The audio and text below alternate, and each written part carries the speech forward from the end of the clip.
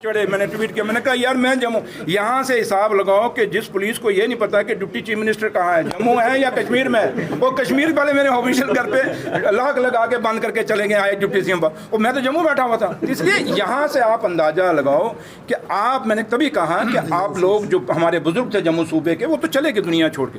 हम लोग हैं, आप लोग हैं, और हमारे पास जो नई पीढ़ी आगे आने वाली है, आप मेरी भी 57 एज हो गई, आगे कितने आजकल तो पता ही नहीं है।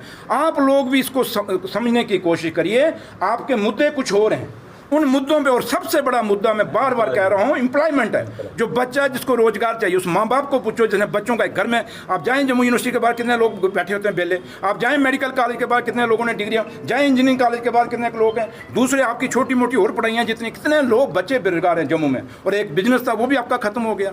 तो इसलिए मैंने आपको कहा है कि जम्मू को आज हमें एक एक बात को बतंगड़ बनाने के बजाय हमें सोचना पड़ेगा कि जम्मू की आने वाली नस्लों के लिए क्या है। मैं हमेशा ये कहता हूँ और आज भी आपको कह के जाऊंगा कि इस बीजेपी के जो चंद लोग हैं, इनको जो चिट्ठी वहाँ दिल्ली से आती है सुबह वो पढ़ा पढ़ते हैं, ये अपनी इनकी सोच कुछ नहीं है। मैं जो कह रहा हूँ, मुझे मेरे लीडर डॉक्टर फारूक अब्दुल्ला साहब ने नहीं कहा, मुझे मेरे लीडर और जम्मू कश्मीर के मुख्यमंत्री साहब ने ये नहीं कहा कि सुरेंद्र चौधरी तूने ये बोलना है। इसलिए मैं जो बातें आपके सामने रख रहा हूँ, एक अंदर दिल से रख रहा हूँ, जो मैं श्रद्धांजलि की बात कर रहा हूँ दिल से रख रहा हूँ। इसलिए मैं आपसे यही रिक्वेस्ट करूँगा कि आप हमें सबको मिलकर, चाहे मीडिया है, चाहे सिविल सोसाइटी है, चाहे हम लोग हैं, चाहे लीडरशिप है, किसी भी पॉलिटिकल पार्टी है, हमें एकजुट एकमुठ होकर जम्मू के बारे में सोचना पड़ेगा। क्योंकि उमर साहब बार बार कह रहे हैं, आप जब से ट्रेन गई है कटरा से, वो बार बार कह रहे हैं कि मैं नहीं चाहता है कि जम्मू पठानकोट बने। क्या बीजेपी इस पर बात कर रही है? नहीं बात करती। एप्पल टोल प्लाजा लग रहा है, बीजेपी को क्यों सांप सूंघ गया है? बस नकली ड्रामा करते हैं। चौधरी साहब क्या बोलिए पंडित जी, क्या नुक्ता निशाना है जम्मू को बचाने की? हमारा एक ही निशाना है कि कश्मीरी पंडितों को भी हल करेंगे, बेरोजगार बच्चों को रोजगार भी देंगे, और बाकी मसलों को भी हल करेंगे। और मेरे भाई, यूटी के अंदर इतने बड़े फैसले नहीं लिए जा सकते।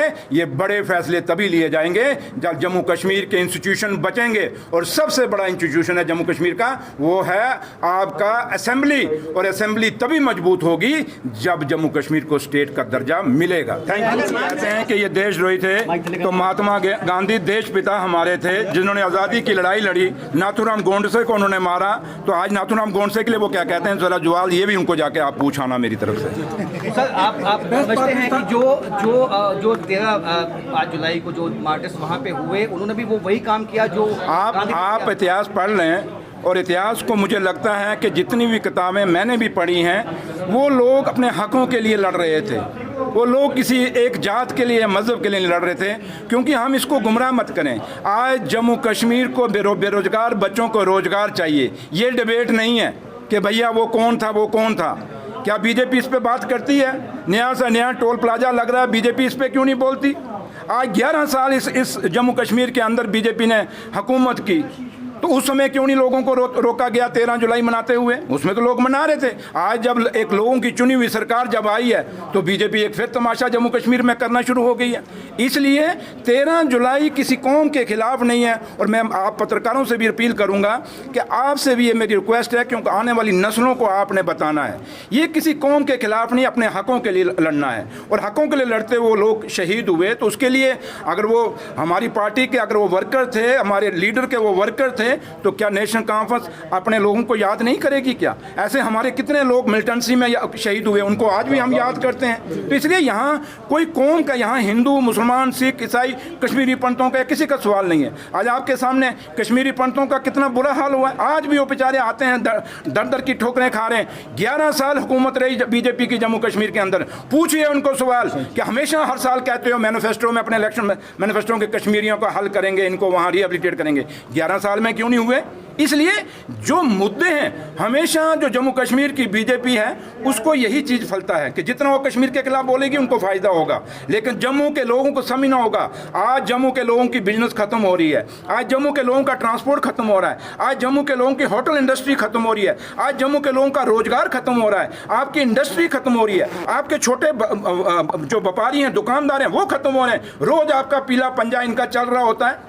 तो इसलिए इन चीज़ों को छुपाने के लिए नई बस्ती पीछे कितने दिन अभी मेरे ख्याल बेचारे सेटल नहीं हुए, क्या उन पे बीजेपी बोलती है? इसलिए मैं आपसे रिक्वेस्ट करूंगा कि बीजेपी हमेशा आप लोगों के माध्यम से जम्मू कश्मीर के लोगों को गुमराह करने की कोशिश करती है, और खास करके जम्मू के। अगर महाराजा के खिलाफ थे तो महाराजा ने फिर क्यों कमीशन बैठाया? ये तो इतिहास है ना, ये भी तो हिस्ट्री है। महाराजा साहब ने भी तो इन्वेस्टिगेशन कराई, और महाराजा साहब ने उसके बाद ग्रीवेंसेस के लिए भी कहा कमीशन। तो इसलिए मैं आपसे ये रिक्वेस्ट करूंगा कि महाराजा साहब अगर इस बात पे कोई बात रख सकता है तो महाराजा साहब रख सकते थे, महाराजा साहब की फैमिली रख सकती है। वो कहते हैं सती न सदाई मैं मुड़े दी ताई, ये बीजेपी हो ताई है, हर ब्याह में ताड़ी मान टुर पैंदन बस। सर, जो कश्मीरी पंडित आज प्रोटेस्ट कर रहे हैं, आपको लगता है कि उनको भी कहीं ना कहीं बीजेपी नेता ने कहा कि जहाँ बहुसंख्यक मुसलमान है वहाँ ना जाओ? देखो, मुझे लगता है कि उसको हमें डिस्कस नहीं करना चाहिए। क्यों नहीं डिस्कस करना चाहिए? क्योंकि एक छोटी सी पॉकेट, जैसे मैं हूँ, आज मैं यहाँ बात रखूँगा, उसका हिंदुस्तान पर क्या असर पड़ेगा? हाँ, राहुल गांधी साहब बात रखें, मोदी साहब बात रखें, अमित शाह साहब बात रखें, या पार्टी खड़गे साहब रखें, या जो लोग अखिलेश यादव साहब बात रखें, या लालू प्रसाद यादव, नहीं सुनिए ना बात, वो बात रखें तो बात पूरे हिंदुस्तान में जाती है। और जब हम कश्मीर को डिस्कस करते हैं तो कश्मीर किसी एक कोने की डिस्कशन नहीं है कि बंगाल के किसी कोने में डिस्कस कर लें। कश्मीर देश और दुनिया की डिस्कशन है, और इस कश्मीर की खूबसूरती यही है कि हमें देश और दुनिया पहचानती है। एक बंदा कोई उठेगा बीजेपी का किसी कोने से देश के तो बात कहेगा तो उसकी बात को मैं नकारता हूं, मैं कभी उसको सही नहीं मानता।